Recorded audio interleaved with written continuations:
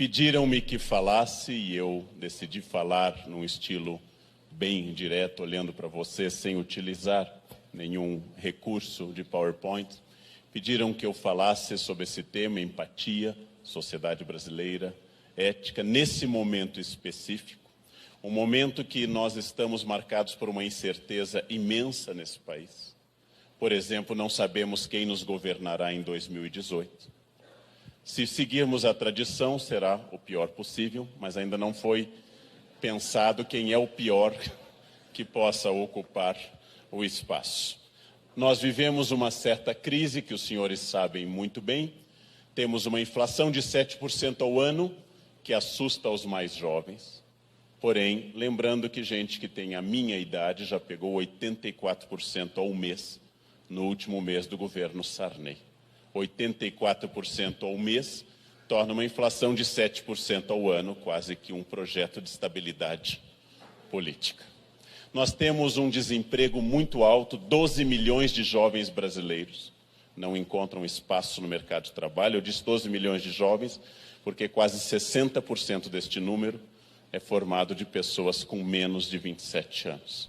Jovens desempregados constituem, como foi o caso da Espanha há pouco tempo, uma faceta trágica, porque se retira do jovem a esperança, depois de anos de esforço, preparo, que ele quer entrar no mercado de trabalho e não consegue. Jovens sem esperança são com frequência jovens que apelam a pensamentos radicais ou a práticas radicais. A esperança é uma das coisas que freia o radicalismo. Eu me preocupo mais com o desemprego do que com a inflação. Assisti na última semana, praticamente, a fala de dois grandes economistas brasileiros e eles me garantiram, de diversas formas, que a crise talvez é possível, existe a chance, nota-se a hipótese, vislumbra-se a possibilidade nebulosa no futuro hipotético que talvez é possível que ela tenha começado a passar. Foi isso que com certeza me afirmaram dois economistas, que não será pior. Por quê? Prevíamos há pouco tempo no Brasil, o pessimista é aquele que estabelece para mim um patamar de realidade importante porque ele lembra que as coisas podem dar errado. Uma empresa, um profissional liberal ou uma família podem falir por excesso de confiança, ou seja, pela falta de um pessimista. É muito importante ter um pessimista na equipe, mas no máximo um, apenas um, nunca mais do que um. Porque o pessimismo tem um defeito estrutural que eu quero lembrar aos senhores. O pessimista é sempre parte da avaliação do problema.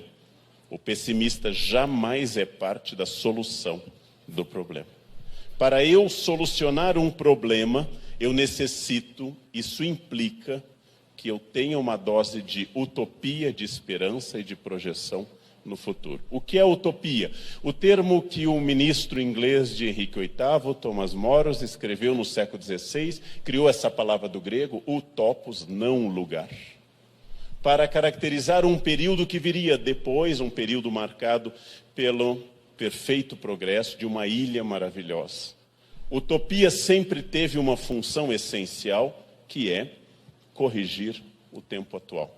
Se nós não desejarmos uma sociedade perfeita, nós não teremos nenhuma melhora social. A utopia é a projeção de que eu devo fazer num hospital 100% de prevenção ao risco da infecção hospitalar. Porque se eu tomar medidas para que 100% não ocorra a infecção, talvez ela ocorra em 10, 20 ou 30%. Mas se eu disser aos responsáveis, deem uma limpadinha geral, tá bom assim. Se eu não estabelecer essa utopia, eu destruo a qualidade, eu destruo a possibilidade. Utopia é fundamental. Todos que estão aqui nessa plateia, ao casarem, desejavam a mais intensa felicidade com a melhor pessoa que conseguiram encontrar. E acabaram casando. Platão adverte, através de uma fala que ele pega de Sócrates, que nada escreveu, que se você está em dúvida entre casar e não casar, não tenha essa dúvida, porque você se arrependerá de qualquer jeito. Tanto faz. Quem casa se arrepende, quem não casa também se arrepende. Se prefere uma opinião mais dura, casamento se assemelha ao submarino, pode flutuar, mas foi feito para afundar. Ele pode flutuar. Ele tem capacidade de ficar em cima algum tempo, porém, sua natureza é submergir. Bem, isso não se aplica aos casais felizes que estão aqui, não? Estão felizes, na primeira fileira de mãos dadas. Que emocionante, que emocionante. Primeira fileira, parabéns. Vamos fazer uma onda de energia para os casais felizes. Quando eu caso, eu estabeleço uma utopia. Um casamento católico, ao dizer ao padre, é por toda a vida que eu quero, aceitarei educar na fé de Deus os filhos que eles vieram me confiar, eu estou estabelecendo uma utopia. Quando toca a Ave Maria e eu coloco o dedo na aliança, as pessoas choram, especialmente os do signo de Câncer. Vocês já notaram que Câncer chora até a inauguração do supermercado? Vocês já notaram? Isso, né? Nós aquarianos nunca, né? Mas os cancerianos, piscianos, água, choram, né? Plantam uma samambaia, choram, partem um pão, choram. É uma raça emotiva. Mas metade da igreja está emocionada, mesmo que metade da igreja esteja formada de pessoas que disseram a mesma coisa diante do padre e disseram algo distinto diante do juiz alguns anos depois. E não obstante, continuamos a casar. E casamos de novo. E casamos até o último momento, porque nós acreditamos na utopia da felicidade. Dá para viver sem utopia? De forma nenhuma. A vida sem perspectiva é uma vida terrível. A vida utópica estabelece a perspectiva. No Brasil, em particular, temos que ser utópicos com a política, porque chegamos a um ponto muito bom, não pode piorar. Esse é um ponto muito bom. A partir de agora só pode melhorar. Não pode haver mais escândalos de corrupção. Não há mais pessoas a serem atingidas. Temos que apenas ampliar Curitiba e estabelecer uma série de medidas que a tornem uma cidade capaz de receber mais gente. Porque temos ainda capacidade em Curitiba. Porém, a utopia é fundamental, gente. Se eu não estabeleço a utopia de que através de um trabalho voluntário como o que vocês fazem, através de um trabalho como o Sorriso do Bem, eu possa modificar o mundo. O que modificou o mundo no passado? Gente que acreditou na utopia. A utopia transformou o mundo num paraíso? Não, de jeito nenhum, em hipótese alguma, mas evitou que o mundo virasse um inferno. Isso é bastante. Isso é muito, isso é forte. Com a utopia eu evito o inferno. Sem a utopia eu não garanto o paraíso, mas evito, então, que a vida chegue a um patamar melhor. O mundo é feito de pessoas que apostaram nessa melhoria.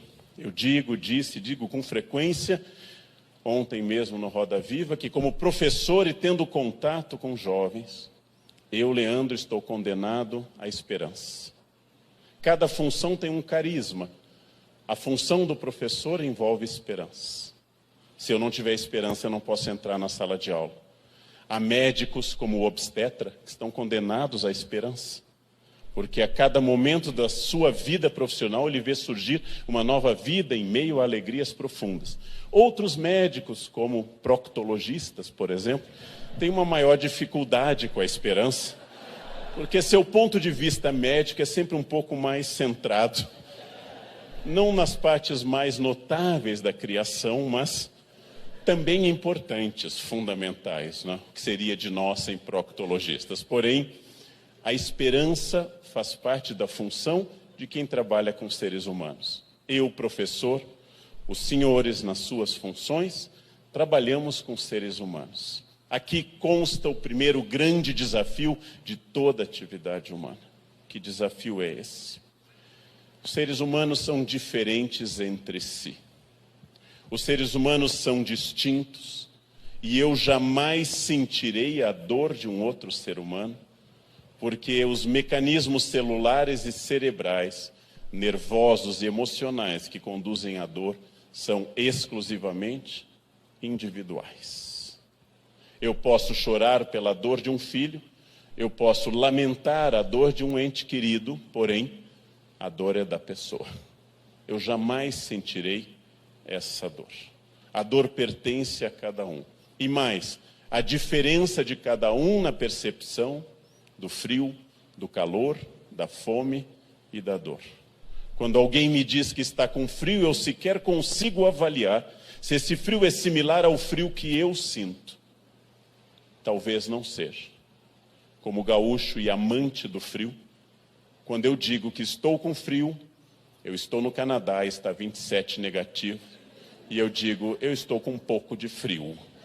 As pessoas, aquilo que extinguiria a vida de outras áreas do planeta. Nem o frio, nem a dor, sequer a alegria comunica qualquer coisa. Temos uma barreira institucional, uma barreira formal, uma barreira, vou usar apenas uma palavra complicada hoje. Em filosofia chamamos barreira epistemológica, uma barreira de acesso ao conhecimento do outro.